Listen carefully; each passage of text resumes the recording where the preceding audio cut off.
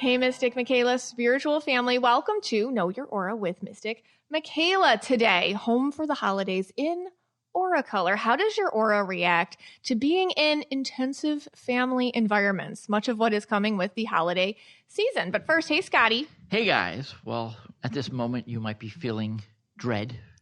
You might be feeling, how do I get out of what is going to happen today? Yes. Are you going to basically call in sick? Right. Are you coming up with some sort of excuse? Your car doesn't work. Flat tire. I have no idea. Well, if you're listening to this on the day of release, it's Thanksgiving. Correct. Yeah.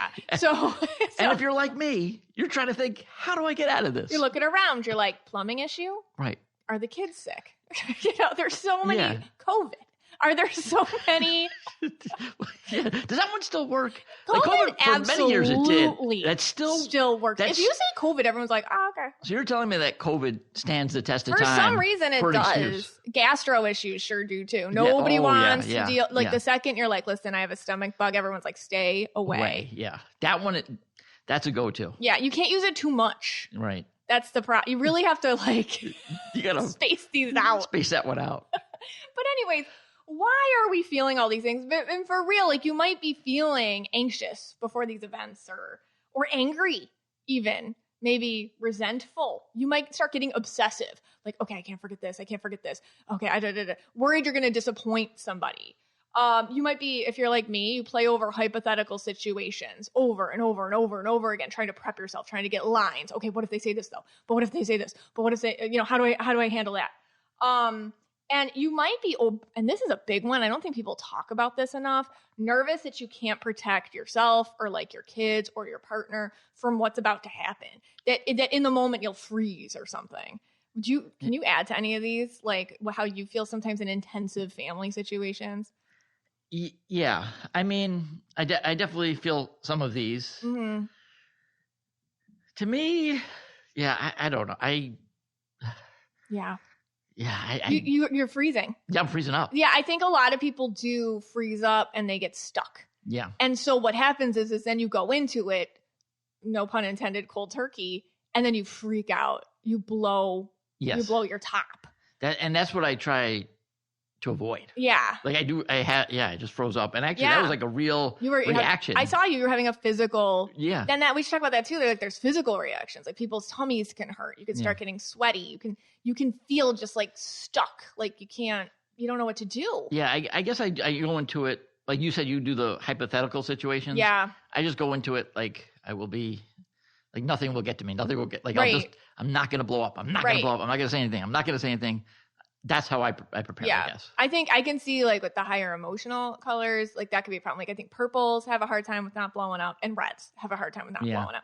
But, and I'm not saying every family situation is horrific, and I think no family's perfect. That's for sure. And maybe you're blessed with a family that's like, everybody gets along and it's great, but there's always like a little something, there's always like some, but then some of us do have families that we have to go into and it's like, oh my gosh, like it's reliving a certain type of trauma.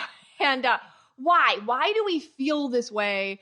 And what does it have to do with our energy? So when you're around your family unit, it's like walking, it's like an energy time capsule for your aura.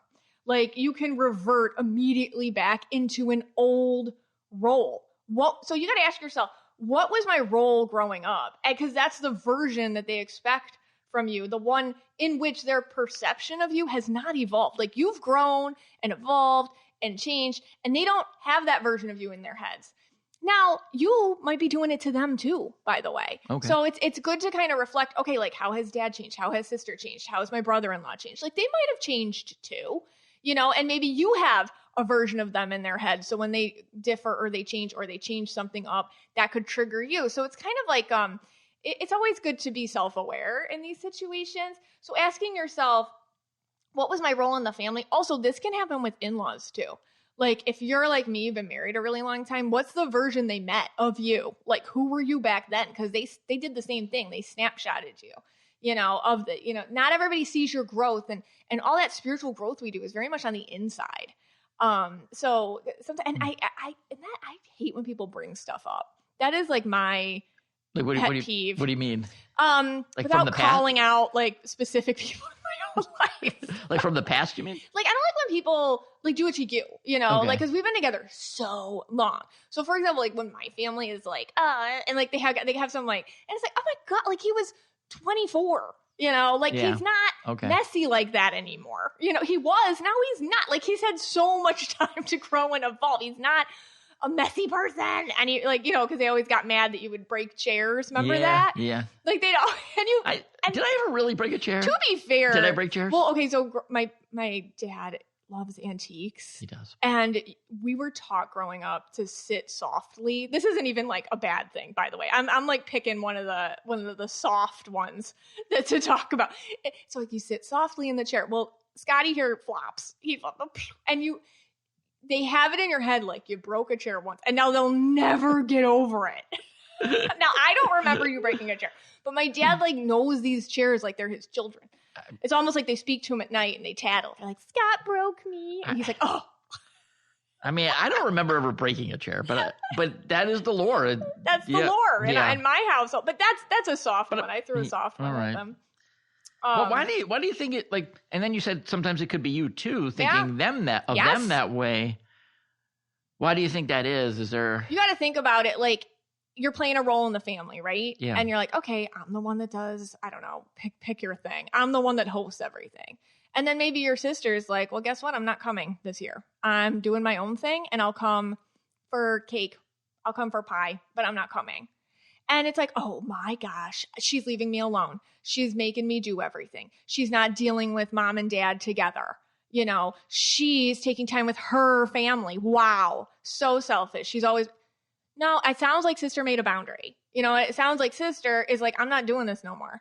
And it's not about you. So she's changed her role, and that can trigger you because you feel unable to do the same thing. Okay. Or vice versa.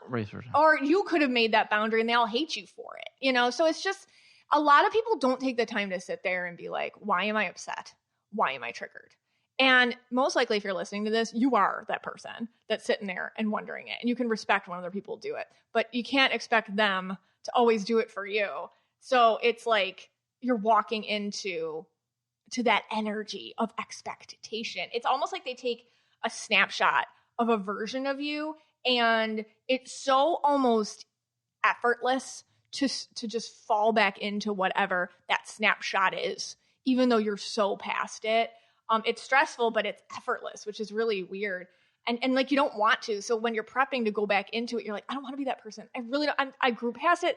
Oh my gosh, that wasn't a great time for me. I did so much work. So it's like putting on really old shoes or putting yourself in the same outfit you wore in 7th grade. You know what I mean? It's like, I'll do it, but it's so awkward and I don't like it. And it also brings up a lot of stuff. So it's stressful. It is. Yeah. I understand. Yeah, I understand that. They have a version of you. And you just don't want to be that version of you anymore. No, I don't want to be that. So then when this event comes, let's say today's Thanksgiving, then you know that you're going to go back into that. Yeah. Or you're going to be put into that, but you don't want to be put into that. Right. And then, you're going to have to sit there for hours trying to avoid being like that. Yeah. And that's stressful. And they'll dig at you. And they'll try to get you to be that way. And they're going to, oh, yeah. And you hit the nail on the head with this one. Yeah. Yes. And almost a part of you wants to give them it because it's like that's the flow of the family. That's what it is. So it's like fighting against it in a very concentrated amount of time with like food all over. Yeah. It's like, that's what it is. You can't escape it. Yeah. You can't escape it. That's okay. That's when I froze. That's all. Yeah. You flushed it out. Oh. Yeah. So today I'm going to talk about family roles in aura color. And, let's see the gift in this. Let's see where we might be coming out into our older versions of ourselves and where we can stop that and reflect. I know the perfect gift to give to the ones who all they want for this holiday season is you. Let me tell you about aura frames. I have an aura frame and I gave it as a gift last year to my in-laws. It was so touching. It was they celebrate Hanukkah, and it was the first Hanukkah that all their kids and grandkids were together. And we gave them an aura frame. Let me tell you about how cool and easy this is. Okay. It's unlimited photos, and video on the Aura frame. It's all connected to Wi-Fi, and you just download the Aura app and add it. Literally, all you do is get the Aura app on your phone, take the pictures from your camera roll, and add it to the Aura app. It goes directly onto their Aura frame. I do it from home, and it shows up at their house. The kids, all the grandkids, put the app on their phones, and guess what they do? They send grandma and grandpa photos from their phone all the time. They're constantly uploading it. And what we were able to do was preload the Aura frame with pictures, even before they opened the box. So I put all the photos of this lovely time we had together, the celebrating, the dinner, the beach trip we went on, and they have it on their mantle, and they are always playing it, always looking at it. The picture that comes onto the Aura frame it's gorgeous. It actually looks like a high quality, high resolution photo, but it changes, it moves, and it shifts. And you can do videos too, which is really cool.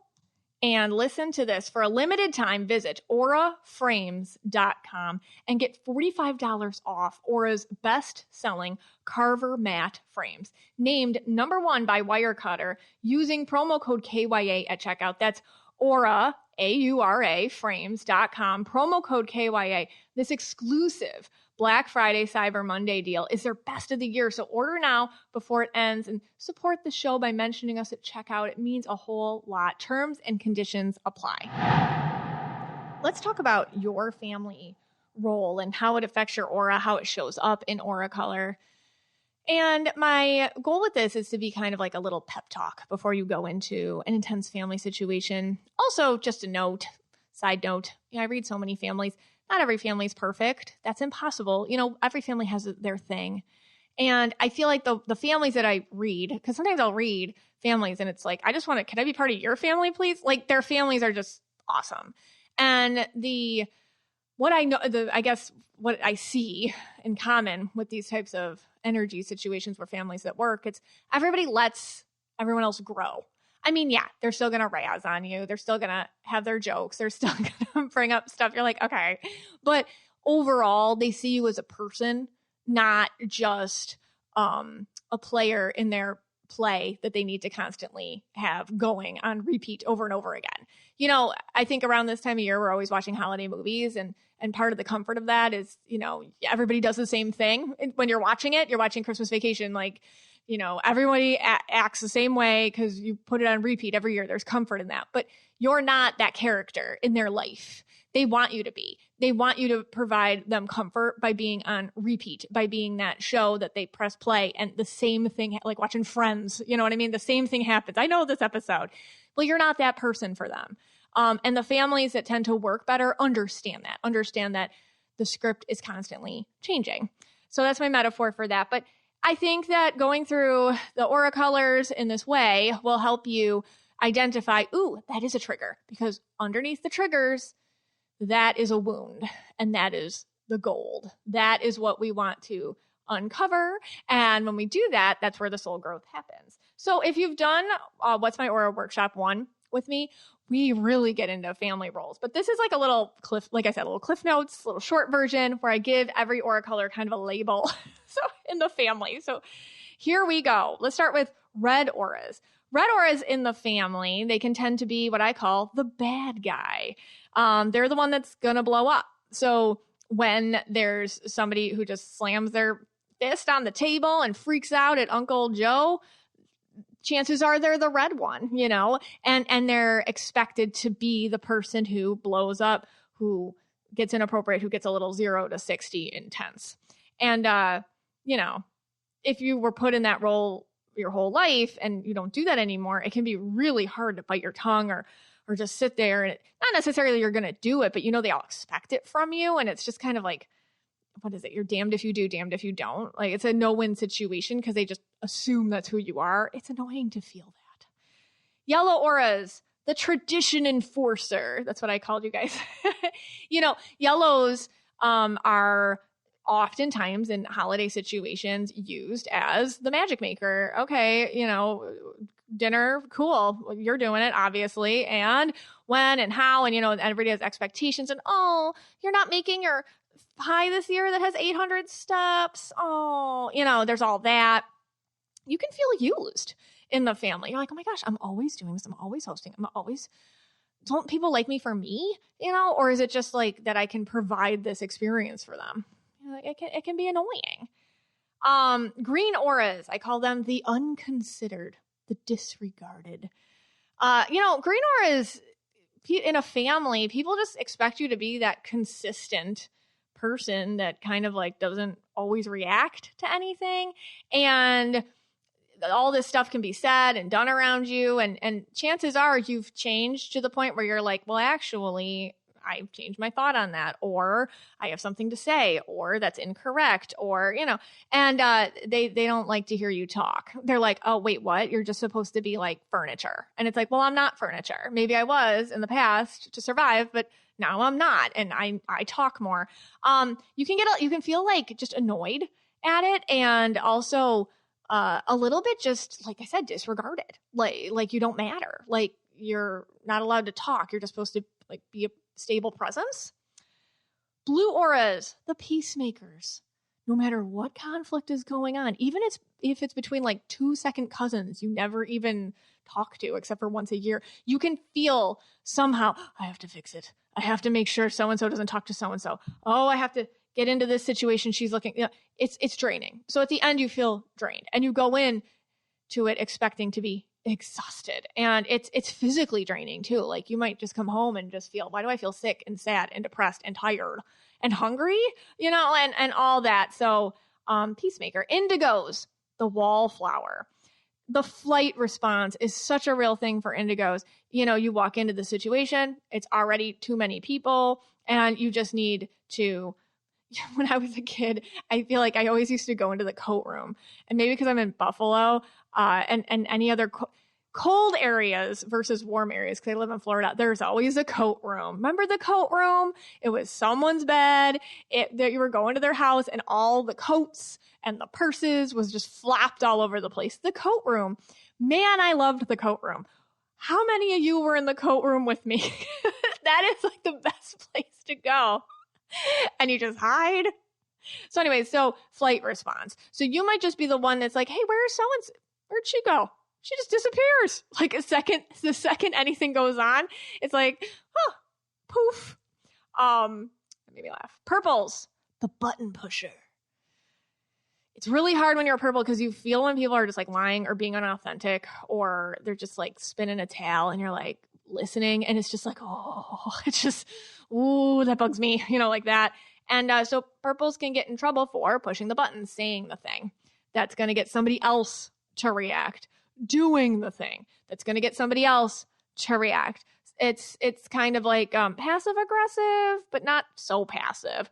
Just bringing something up or doing something in a certain way where you're going to get that person that needs to just express themselves. So you can get a little bit button push. Also, like I think with purples too, in intense family situations, is it's really exhausting to see people that aren't being real with themselves, especially if you've done a lot being real with yourself. So it's like, just say the thing, just say what's going on, say the thing, tell us the truth. I'd rather a rough truth than a pretty lie. I think when you're a purple, that's a big deal in a family situation. Turquoises, I call them the invisible outsider. Turquoise, if you're turquoise in the family, you already might feel a little fringe, like you're there, but you're kind of like on the outskirts already. And so it really depends on where you're at in your turquoise journey. I think a lot in your family role might just be somebody that's invisible, like kind of like the ghost at the table, kind of like the invisible friend that everybody has. You're there, but you don't react or you don't say anything, or you kind of space out. But now in your turquoise journey, you might be, you talk more and you say stuff and you retort. When Uncle Joe says XYZ about what's going on, you just are like, actually, no, and everyone's like, she speaks. So you can kind of get angry or feel annoyed that people even are like, oh my gosh, you have thoughts? Like that's it's annoying to feel people surprised that you have a brain, and so I think that that's a big turquoise issue when they go into families. Not invisible. I am a physical solid presence here. And finally, pinks. And I call them this a lot. I do this in the workshop too. It's like their family role, the mascot. It's just so accurate. I have to say it.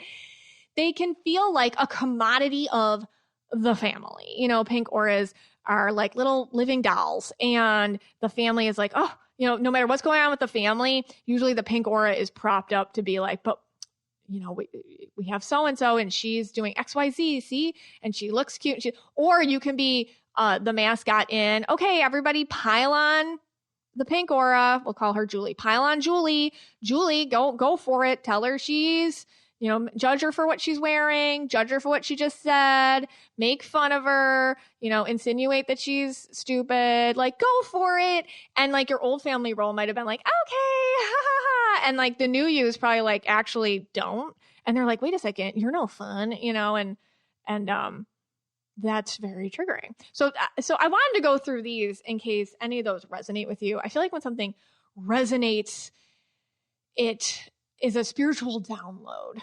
If something's like, oh, hang on, it opens a catalyst for more growth and for more spiritual connection with your guides, who can then feed you more information in how to elevate and grow and step out of it.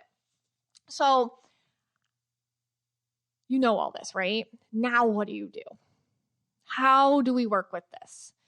A lot of us, we don't go no contact with family, or we love our family. They just trigger us, or it's just like, I don't want to deal with, it's just easier just to go, like that. And that's fine. Depends where you're at. Anywhere you're at is fine. So let's say you have to go.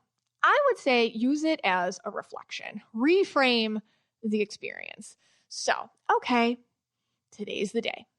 It's hours with these people. Cool.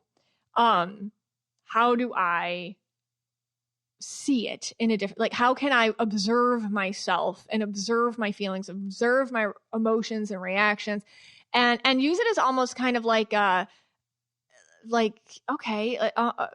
spiritual, a therapeutic moment. And my other advice is go in with a goal and a realistic mindset. Like, it is Thanksgiving, it is Christmas dinner, it is Hanukkah dinner, like whatever it is. And my goal is to eat, to make nice conversation with the following people who I don't find it difficult to talk to avoid any situation where I start to feel uncomfortable. And these will be my ways of getting out of it. I will excuse myself to use the bathroom. I will go outside and take a walk. I will go to the coat room and be there with Mystic Michaela, like whatever it is, like have your exit strategy and, but be realistic about it. Like, you're going to go in and like chances are nothing's changed. Like, what's about to happen, and just like be like, okay, like, treat it like a job. Obviously saging yourself, crystals, and before and after, HZ frequency music, which you can find on YouTube or Spotify or whatever app you like to use. And big thing is the days which follow, you're going to get a lot of spiritual downloads as you kind of go through like what's going on. You're like, oh, wow. Okay. That's interesting. Notice the insight that comes. These are gifts from spirit. See it that way. These are gifts from spirit for your own self-growth. I mean, under the annoyance, there's a wound. Like, what is that wound? That is the gold of it. And just because I read so many of you and there's a lot of situations sometimes we put ourselves in that like we honestly shouldn't. And I just want to give you this permission because maybe nobody else is. So here we are. If you are walking into a situation where your family role was to be the abused in any way, shape, or form, you do not have to go. And I told you so. If nobody else is telling you so, I'm telling you so. If your role is to be berated, hurt, abused, if your role is to sit next to the person that did that to you and serve them and be nice because somebody else's feelings will get hurt or you'll embarrass somebody, I'm telling you right now, guess what? You don't have to go. You call in sick. I said so. And I love all of you so much. And I'm so grateful for every single one of you. And I hope you feel that from my heart to yours. You are beautiful balls of auric light. And this podcast is for you and about you. And I'm so glad you spent some time with us today.